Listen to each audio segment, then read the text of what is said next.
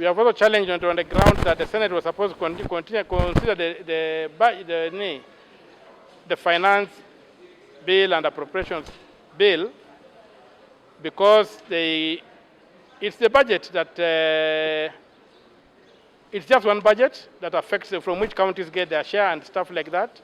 We also have independent constitutional commissions and independent officers whose budgets require that the Senate must have a say. Those things did not happen. So we have got matters of procedure and matters of substance. In the budget itself, we have identified a lot of theft.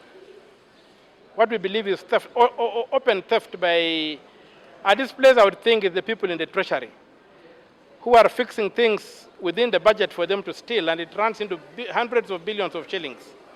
So we are going to bring out all those issues.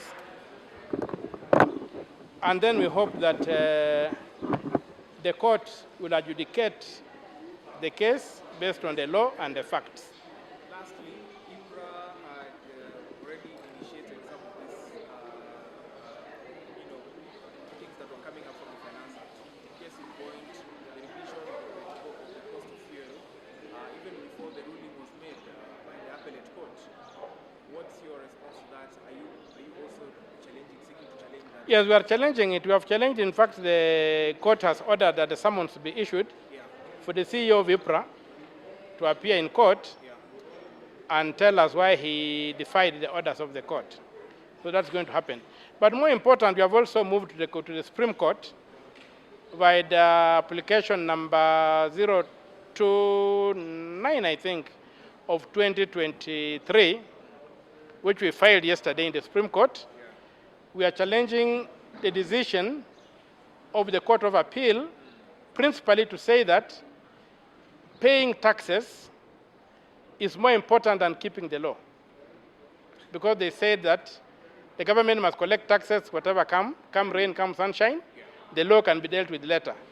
So for our side, we believe that the government has a right to collect taxes, but only within the law. So we are going to move to the Supreme Court to see whether we shall get some relief, so the people should not lose hope. We are moving to the Supreme Court to seek conservative orders. This court has declined to give conservative orders after the applications were made.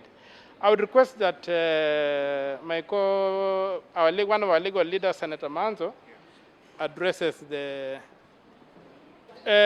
issue. It's a very sad thing that the Speaker of the Senate, one Amason Jaffa Kingi, and the Speaker of the National Assembly, one Moses Masika Wetangula, decided to tell lies in affidavits, to cheat. And if we were in a serious country, that would have taken them out of office. Even in our country, Article 73 does not allow that kind of conduct. The court is protecting them. The court has protected them by not allowing the petitioners to cross-examine them on the lies they brought to court. Because we have filed documents to counter those lies, to demonstrate their lies, and with no fear of anything. Mr. Wetangula and Mr. Kingi swore false affidavits in court, and they should not be in public office. They should be sacked like yesterday. But Kenya being what it is, criminals will continue to stay in office. And so that's why I wanted to bring it out, me and my co-petitioners, to have them on the floor of the court to interrogate them. But the judges have protected them unfairly.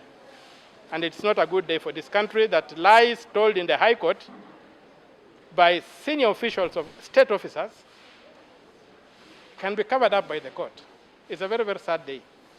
And and I repeat that Mr. Wetangula and Mr. Kingi swore lies, and they should not be in office.